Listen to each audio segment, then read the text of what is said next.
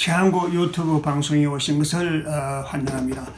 히브리들의 이야기, 그들의 삶과 신앙을 통하여 오늘 우리의 삶의 지혜를 배우는 히브리들의 이야기, 오늘은 102번째로 종교개혁과 산업사회에 대해서 말씀을 드리겠습니다. 102번째에서 이제 이와 같은 것에 대한 서론적인 것을 말씀을 드렸습니다만은 사실 르네상스는 인간의 자유를 말하고 종교개혁은 교회에서 자유,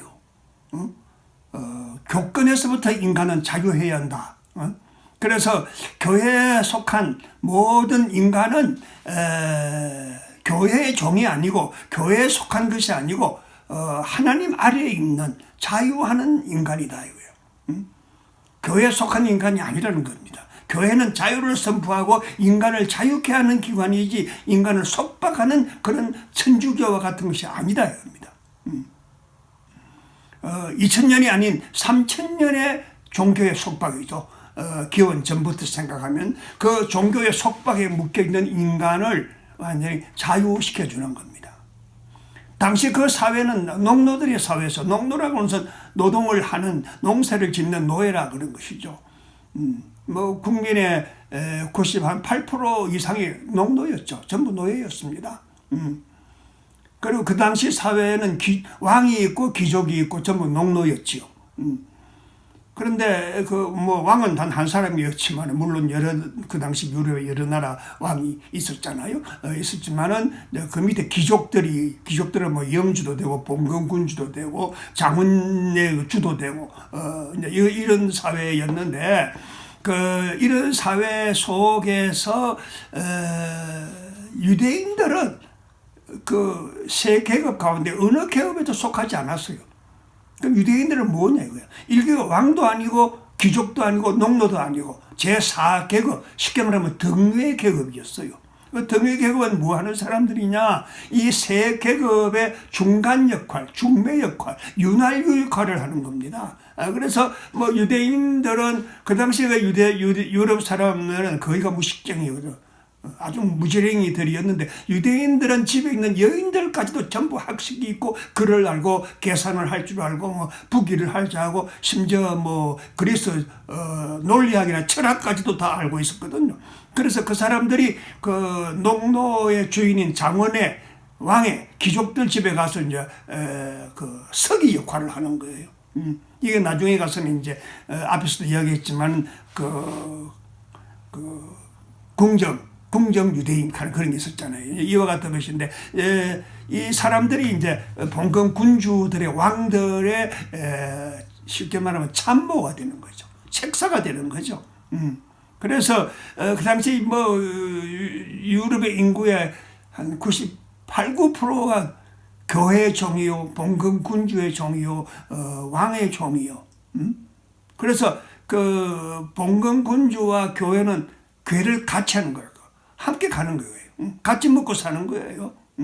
이에 대해서 르네상스와 종교개혁은 그 괴를 틀어버리는 겁니다.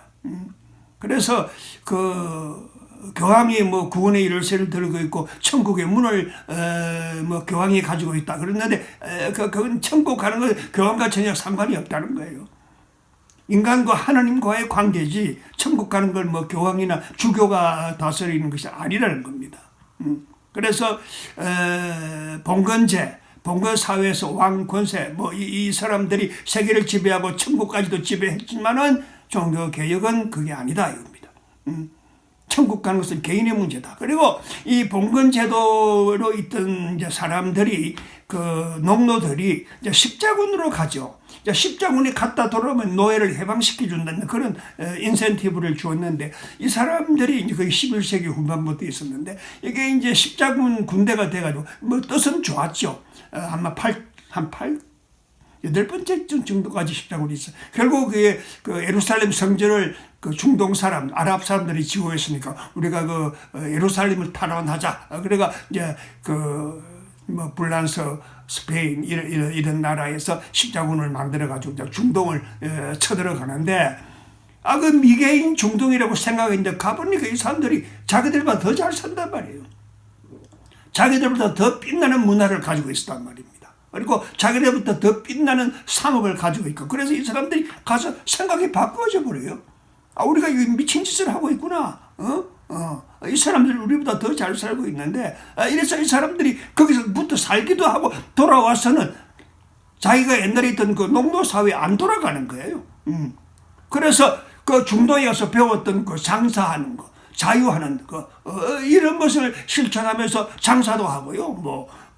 물건도 만들기도 하고 공장도 짓기도 하고요. 그래서 또 자본이 이렇게 그 장사라는 거 돈이 생기잖아요. 그 돈을 가지고서 이제 융자를 하기도 하고 금융을 하기도 하고, 유대인들이 하는 짓을 다 배운 거예요. 그래서 사실은 그렇게 함으로 인하여 유대인의 일을 굉장히 빼앗아가는 겁니다.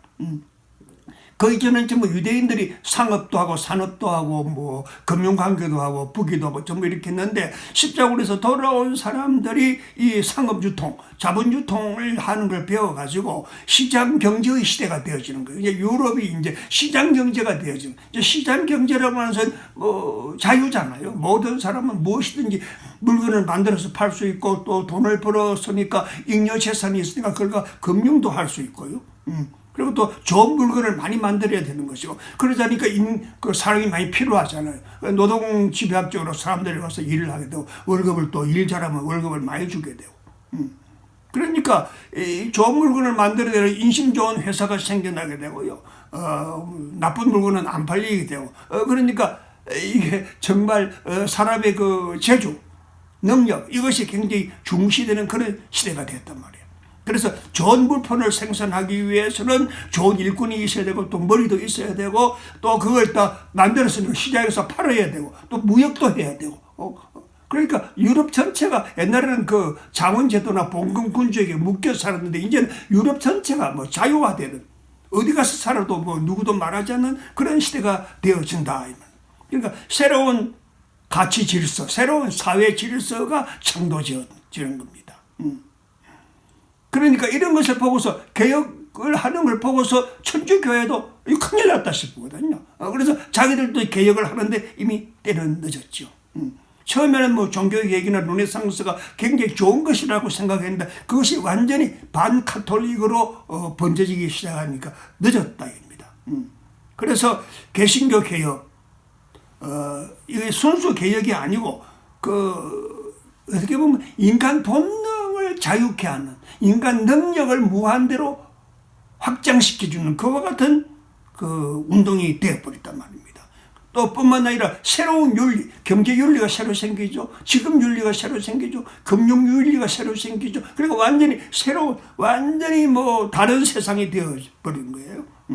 그러니까 이 상업, 유통, 중소기업, 대기업이 생겨나고요. 그리고 모든 직업이요, 하나님이 주신 직업이라 이거예요. 교황에 묶여있고, 그 봉건군주에 묶여있고, 귀족에 묶여있는 그런 사회가 아니라 모든 직업은 하나님이 주신 것이다, 이거. 하나님이 우리에게 자유를 주셔서 뭐든지 할 수 있는 거예요. 그래서 자본주의가 생겨나는 거예요. 장사하니까 돈이 생기잖아요. 공장이 있으니까 돈이 생기잖아요. 그래서 자본주의가 발전되어지고, 돈이 있는 사람은 더 큰 공장을 만들고, 더 많은 사람을 부려먹고, 물건을 더 많이 생산하고, 더 외국으로 많이 수출하고. 그러니까 자본주의와 기독교, 개신교가 짝을 이루는 거예요. 이와 같은, 어떻게 보면 개신교와 자본주의가 부부처럼 되어지는데, 이와 같은 것을 깊이 연구한 사람이 이제 막스 웨버라고 하는 사람. 막스 웨버라고 하는 사람은 루터는 그런데 그렇게 큰 루터는 그냥 순수히 종교 개혁만 했고, 칼빈이라고 하는 사람이 이제 그 종교 개혁, 경제 개혁, 정치 개혁, 이런 것을, 사실은 칼빈이라고 하는 사람은 완전히 시장, 거의 군주 역할을 했잖아요. 교회 감독 체제를 어떻게 보면 독재를 한 것이죠. 그러니까 완전히 자유세계, 개신교 세계를 만들었다. 근데 이와 같은 것을 연구하고 조직화한 사람이 막스 웨버라고 하는 사람이, 개신교와 자본주의는 같이 가는 것이다. 그러니까 자본주의가 있는 곳에 개신교가 있고, 개신교가 있는 곳에 자본주의가 발전한다. 그래서 종교 개혁은 산업화를 이루고 상업화를 이루고요. 인간의 직업을 새롭게 만들어주고, 모든 사람이 자기 직업을 가지고서 그 직업에 대한 자부심을 가지고서 그 돈 버는 목적, 돈 버는 일에 앞장서게 됐단 말이에요. 그러니까 가톨릭이 뭐 어떻게 할 수가 없죠. 이제 그렇게 되니까 그 나라가 개신교의 국가와 가톨릭 국가가 완전히 나누어지는 겁니다. 그래서 종교개혁이라고 하는 것은 단순히 종교에 대한 개혁이 아니고 완전히 인간 자유, 산업화, 상업화, 자본화 이런 세계로 나아가져서 오늘날 세계의 그 선구적인 역할을 하게 되는 것입니다. 오늘은 히브리들의 이야기 가운데서 종교개혁과 산업사회 여기에서 유대인들이 어떤 역할을 했느냐. 근데 유대인들은 지금 자본이 있으니까요. 산업화라고 뭐 공업화를 하고 자본주의를 할 때 전부 유대인이 돈을 내주거든요. 그래서 유대인들이 금융의 중심에 서게 되는 거예요. 여기서부터 이제 유대인들이 유럽 전체를 지배하는, 경제적으로 지배하는 그런 세계가 되어지는 것입니다. 오늘은 히브리들의 이야기 가운데서 102번째 종교개혁과 산업사회에 대해서 말씀을 나누었습니다. 감사합니다.